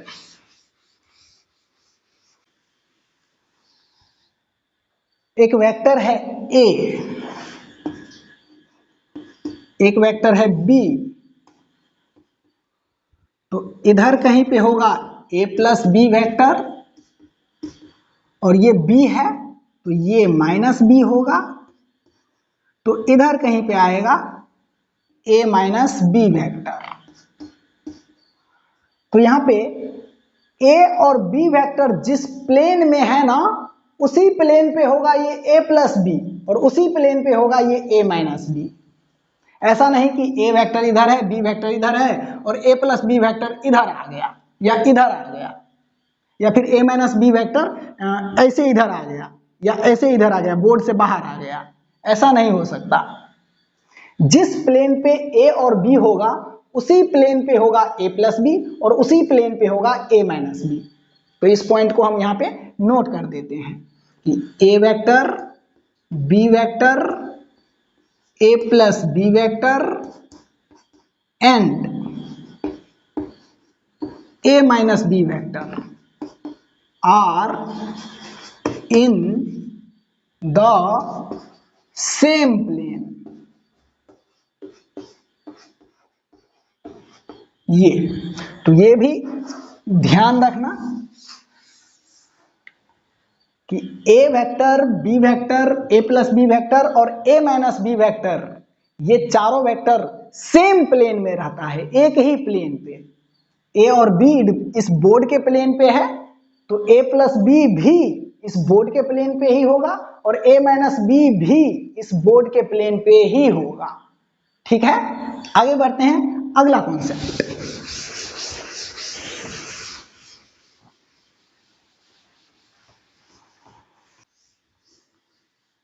दो वेक्टर है, मान लो एक वेक्टर है a बराबर 3 यूनिट और दूसरा वेक्टर है b वेक्टर बराबर 2 unit.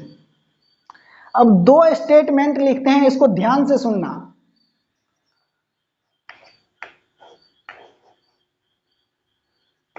Resultant of their magnitude,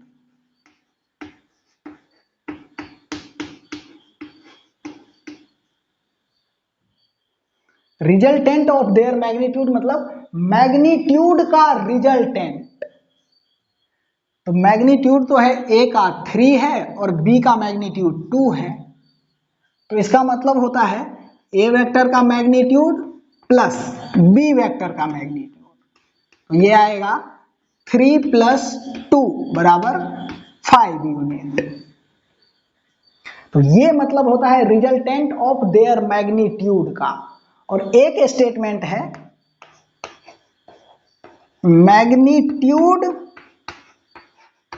of their resultant. इसका मतलब होता है कि आप a और b को वेक्टर तरीका से पहले जोड़ो और फिर इसका मैग्नीट्यूड बताओ। तो इसका मतलब होता है under root a square plus b square plus 2ab cos theta. यहां पे थीटा है a और b वेक्टर के बीच का एंगल। ठीक, तो रिजल्टेंट ऑफ देयर मैग्नीट्यूड का मतलब दोनों वेक्टर के मैग्नीट्यूड का सिंपल जोड़, और मैग्नीट्यूड ऑफ देयर रिजल्टेंट का मतलब कि पहले इन दोनों वेक्टर का रिजल्टेंट वेक्टर निकालो और फिर उसका मैग्नीट्यूड बताओ। तो ये दोनों स्टेटमेंट क्लियर है? क्लियर है। अब इस पे एक क्वेश्चन कर लेते हैं।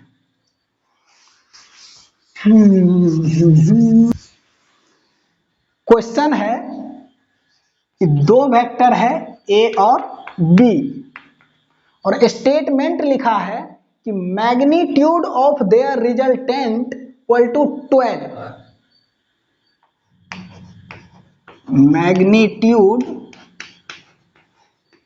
Of their resultant, magnitude of their resultant का मतलब दो वेक्टर के रिजल्टेंट का मैग्नीट्यूड, रिजल्टेंट का मैग्नीट्यूड मतलब ए और बी वेक्टर को पहले वेक्टर तरीका से सम करो और फिर उसका रिजल्टेंट, फिर उसका मैग्नीट्यूड, ये बराबर दिया है 12 यूनिट। और दूसरा स्टेटमेंट है रिजल्टेंट ऑफ देयर मैग्नीट्यूड,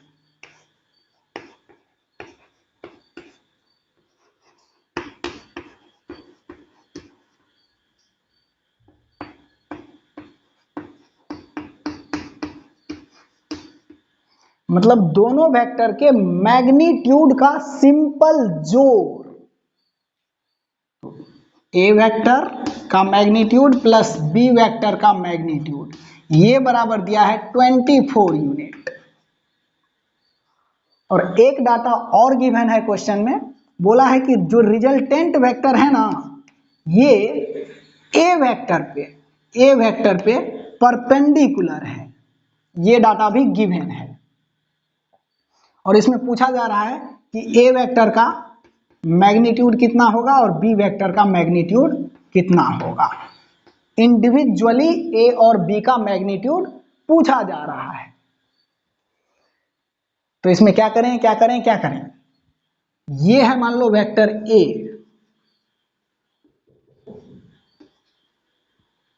और ये है रिजल्टेंट वेक्टर।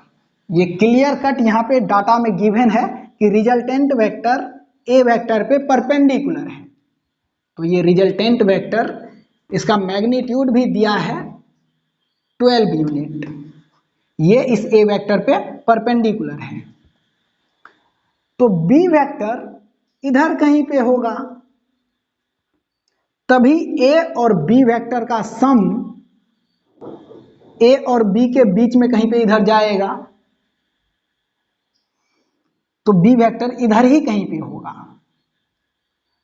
अब डाटा में गिवन है कि ए का मैग्नीट्यूड और बी के मैग्नीट्यूड को ऐड करते हैं तो 24 मिलता है, और ए और बी को वेक्टर तरीका से ऐड करके इसका मैग्नीट्यूड देखें तो ये 12 है, मतलब रिजल्टेंट का मैग्नीट्यूड ये 12 है।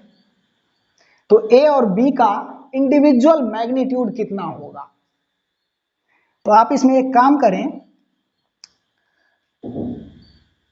हम मान लेते हैं a बराबर x है। तो यहां से देखो a बराबर x, तो b बराबर 24 और ये प्लस x उस साइड जाएगा तो माइनस x, तो b बराबर 24 माइनस x। इस b वाले वेक्टर को यहां से पैरेलल शिफ्ट करके यहां पे चिपकाओ, क्योंकि ये रिजल्टेंट है a और b का, तो b वेक्टर को हम यहां से हटा के यहां पे पैरेलल शिफ्ट करके चिपका देते हैं। तो रिजल्टेंट अभी भी यही है, इस a वेक्टर के हेड से b वेक्टर का टेल जुड़ा हुआ है। तो इस a और b का रिजल्टेंट a वेक्टर के टेल से b वेक्टर के हेड को मिलाने पे यही मिलेगा, यही। अब इस a का मैग्नीट्यूड x माने हैं, ये a वेक्टर है, और b वेक्टर का magnitude 24 minus x, 24 minus x, और ये रिजल्टेंट 12 है, 12 है। अब देखो ये राइट एंगल ट्रायंगल है, इस राइट एंगल ट्रायंगल में ये परपेंडिकुलर, ये बेस और ये हाइपोटेनियस। तो हम यहाँ पे लिख सकते हैं हाइपोटेनियस का स्क्वायर बराबर परपेंडिकुलर का स्क्वायर प्लस बेस का स्क्वायर। तो 24 माइनस एक्स का स्क्वायर बराबर परपेंडिकुलर है 12, तो इसका स्क्वायर, प्लस बेस है x, तो x का स्क्वायर। इसको a माइनस बी को होल स्क्वायर पे ब्रेक करें तो ये 24 का स्क्वायर और प्लस एक्स का स्क्वायर और माइनस 2ab, तो 2 इंटू 24 48 और b है x बराबर 12 का स्क्वायर 144 प्लस एक्स का स्क्वायर, तो यहाँ पे देखें एक्स स्क्वायर से एक्स स्क्वायर कट जाएगा, 24 का स्क्वायर करेंगे तो कितना मिलेगा 24 इंटू 24, 4 चौक 16, 4 दूना 8, 1 9, 4 दूना 8, 2 दूना 4, तो 6 और 2 16, 1 17 और 4 1 5, 576 माइनस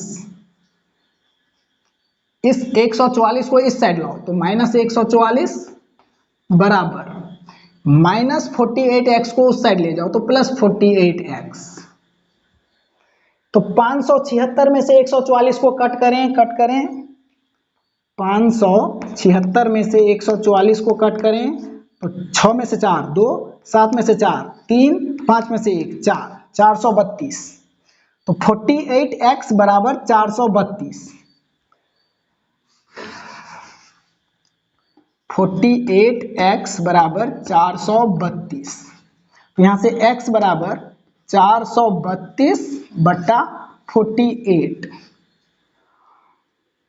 इसको 12 से कट करो, 12 से कट जाएगा ऊपर नीचे, तो 12 तिया 36, 12 चौका 48 और 12 से इसको कट करेंगे तो 12 तिया 36 और 4 40 और 3 43, तो 4 3 7, 7 पर 2 72, 12 छक्के 72, 4 से ये 36 कटेगा, 4 9 36, तो x बराबर 9 मिला, तो इस a वेक्टर का मैग्नीट्यूड 9 मिला, तो a का मैग्नीट्यूड बराबर 9 और b का मैग्नीट्यूड बराबर 24 माइनस x, और x का वैल्यू 9 आया है, तो 24 माइनस 9, तो b का मैग्नीट्यूड मिला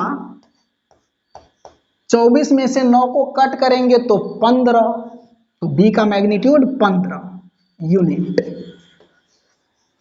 तो a और b का इंडिविजुअल मैग्नीट्यूड 9 और 15 यूनिट। ओके, ये अच्छा क्वेश्चन था, इसको देखें ध्यान से और समझें।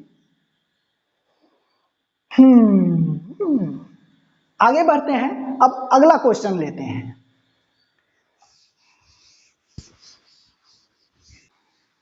क्वेश्चन है कि दो वेक्टर है a और b और गिवन डाटा है, डाटा गिवन है कि b वेक्टर का मैग्नीट्यूड a वेक्टर के मैग्नीट्यूड से डबल है और a और b का रिजल्टेंट वेक्टर a वेक्टर पे परपेंडिकुलर है। तो इसमें a और b वेक्टर के बीच का एंगल फाइंड करना है। Find angle between a vector and b vector. तो ये है क्वेश्चन। स्क्रीन को पॉज करें और क्वेश्चन को ट्राई करें, हम इसे सॉल्व कर रहे हैं। ये है वेक्टर a और इस a वेक्टर पे परपेंडिकुलर है ये रिजल्टेंट वेक्टर, तो ये है रिजल्टेंट वेक्टर जो a वेक्टर पे परपेंडिकुलर है। तो ये b वेक्टर इधर कहीं पे होगा, तभी तो a और b वेक्टर का रिजल्टेंट a और b के बीच में कहीं पे इधर है। तो इस क्वेश्चन में a और b वेक्टर के बीच का ये एंगल फाइंड करना है। अगर हम किसी तरीके से b वेक्टर और रिजल्टेंट वेक्टर के बीच का ये एंगल निकाल लें और इसमें ये 90 जोड़ दें तो a और b वेक्टर के बीच का ये एंगल मिल जाएगा। तो हम लोग कंपोनेंट ऑफ वेक्टर पढ़े हैं, तो इस b का एक कंपोनेंट इस रिजल्टेंट के डायरेक्शन में ले लेते हैं। तो इस डायरेक्शन में b का कंपोनेंट आएगा, थीटा एंगल घुमाएंगे तो b cos theta, b cos theta, और इस रिजल्टेंट के परपेंडिकुलर इस डायरेक्शन में इस b का कंपोनेंट आएगा b sin theta, b sin theta. इस b का दो कंपोनेंट ले लिए हैं, एक रिजल्टेंट के डायरेक्शन में और एक इस रिजल्टेंट के परपेंडिकुलर डायरेक्शन में। तो अब यहां से हम इस b को हटा सकते हैं, क्योंकि इस b को दो डायरेक्शन में ब्रेक कर दिए हैं, इधर और इधर, तो अब इस बीच में से इसको हटा सकते हैं। अब यहाँ पे तीन वेक्टर दिख रहा होगा आपको, ये b sin थीटा, ये a और ये b cos थीटा, और क्वेश्चन वाला बोल रहा है कि इन तीनों वेक्टर का रिजल्टेंट ये है, a और b का रिजल्टेंट ये है, तो b को दो भाग में ब्रेक करेंगे तब भी रिजल्टेंट यही रहेगा। तो इन तीनों वेक्टर का रिजल्टेंट ये है, b sin थीटा, a और b cos थीटा, इन तीनों वेक्टर का रिजल्टेंट ये है। तो अब यहां पे देखो, इन तीनों वेक्टर का रिजल्टेंट इस डायरेक्शन में तभी होगा जब a और b sin थीटा बराबर होगा। इस चीज को हम ऐसे भी देख सकते हैं, मान लो कि ये एक बॉडी है, इस पे इस डायरेक्शन में लग रहा है 5 न्यूटन का फोर्स और ऊपर के तरफ 3 न्यूटन का फोर्स है, तो ये ऑब्जेक्ट ऊपर की तरफ तभी जाएगा जब इस डायरेक्शन में भी 5 न्यूटन का फोर्स हो। ये 5 न्यूटन उस 5 न्यूटन को बैलेंस कर देगा, तो इन तीनों वेक्टर का सम ऊपर की तरफ आएगा, रिजल्टेंट ऊपर की तरफ आएगा, 3 न्यूटन के डायरेक्शन में ये बॉडी आसानी से चल देगा, क्योंकि इन तीनों वेक्टर का जोड़ ये 3 न्यूटन ही आएगा इस डायरेक्शन में, क्योंकि ये तो इसको बैलेंस कर देगा, कट के 0 हो जाएगा, 5 - 5 = 0। तो यही बात यहां पे है, इन तीनों वेक्टर का रिजल्टेंट इधर है, इसका मतलब ये a और b sin थीटा बराबर होगा, a बराबर b sin थीटा, और ये रिजल्टेंट और कुछ नहीं इस b cos थीटा के बराबर होगा, रिजल्टेंट का मैग्नीट्यूड बराबर b cos थीटा। खैर यहां से हमें ये थीटा निकालना है, तो थीटा यहीं से निकल जाएगा, क्योंकि a और b में यहाँ पे रिलेशन दिया हुआ है कि b का मैग्नीट्यूड a के मैग्नीट्यूड से डबल है, तो इस b के जगह पे हम 2a लिखेंगे, तो a बराबर 2a sin थीटा, तो यहाँ पे a से a कट जाएगा और sin थीटा बराबर 1 और ये 2 बाय में आएगा, तो sin थीटा बराबर 1/2। तो साइन कितने डिग्री का वैल्यू 1/2 होता है? साइन 30 डिग्री का वैल्यू 1/2। तो साइन थीटा बराबर 1/2 मतलब थीटा बराबर 30 डिग्री। तो ये एंगल मिला 30 डिग्री। तो ए वेक्टर और बी वेक्टर के बीच का एंगल हो जाएगा 90 + 30। ए वेक्टर और बी वेक्टर के बीच का एंगल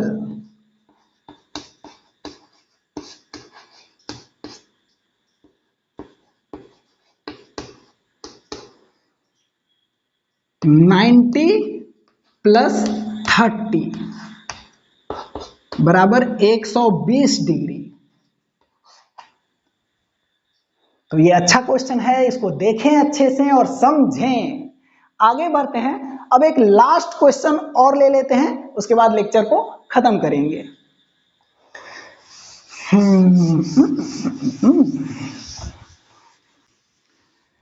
क्वेश्चन है कि ये एक लाइन है,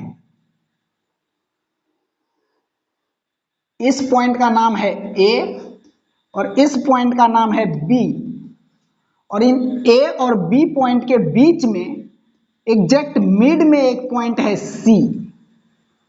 और क्वेश्चन वाला बोला है कि AC का लेंथ और CB का लेंथ बराबर है, और यहां पे इधर कहीं पे एक पॉइंट है O, तो O से A पॉइंट को मिलाएंगे तो एक वेक्टर मिलेगा,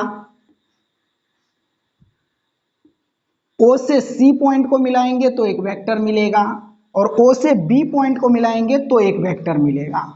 तो ये OA वेक्टर का नाम दे देते हैं मान लें स्मॉल a, OC वेक्टर का नाम दे देते हैं स्मॉल b, और OB वेक्टर का नाम दे देते हैं स्मॉल c।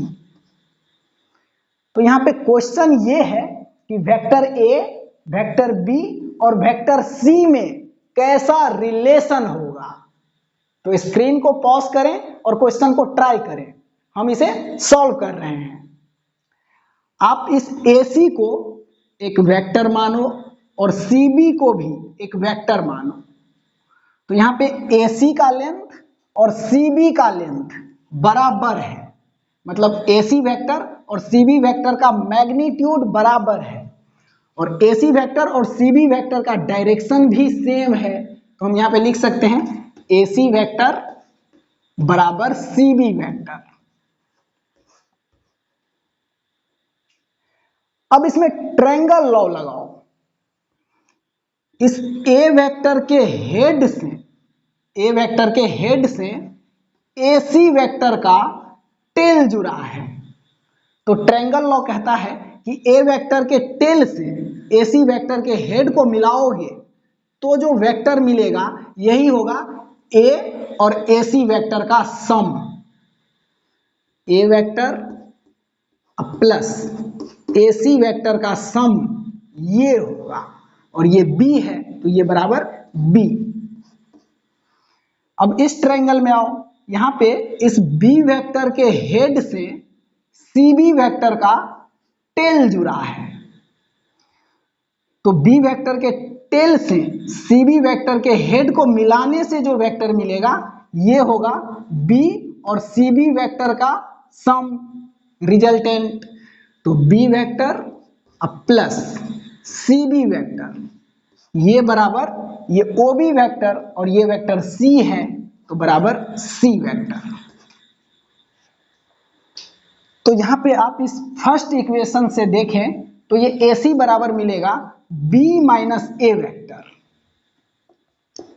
AC वेक्टर बराबर B vector minus A vector. और इस इक्वेशन से देखें तो CB वेक्टर बराबर मिलेगा C vector minus B vector. CB vector बराबर C vector minus B vector. इन दोनों इक्वेशन में ये लेफ्ट हैंड साइड इक्वल है, वेक्टर AC और वेक्टर CB बराबर है, वेक्टर AC और वेक्टर CB बराबर है। तो लेफ्ट हैंड साइड इक्वल है तो राइट हैंड साइड भी इक्वल होगा। तो हम लिख सकते हैं B vector minus A vector बराबर C vector minus B vector. B vector minus A vector बराबर C vector minus B vector. यहां से इस B वेक्टर को इस साइड लाएंगे तो माइनस में है तो प्लस में आएगा, तो B वेक्टर पहले से है और ये आएगा इस साइड तो ये भी प्लस B वेक्टर, और ये माइनस A वेक्टर को उस साइड ले जाएंगे तो C वेक्टर, और ये माइनस से प्लस में जाएगा तो प्लस A वेक्टर। तो यहां से मिला B vector plus B vector, 2B vector equal to C vector plus A vector. तो ये है relation between A vector plus B vector plus C vector. तो इसको देखें ध्यान से और समझें। आज के इस लेक्चर में हम लोग वेक्टर के एडिशन और सबट्रैक्शन का बहुत सारा कॉन्सेप्ट क्लियर कर चुके हैं। अगले लेक्चर में 2 से अधिक वेक्टर को जोड़ना सीखेंगे और वेक्टर एडिशन और वेक्टर सबट्रैक्शन पे और भी बहुत सारा कॉन्सेप्ट क्लियर करेंगे। तो आज के लिए इतना ही, मिलते हैं अगले वीडियो में, तब तक के लिए bye bye bye, thank you.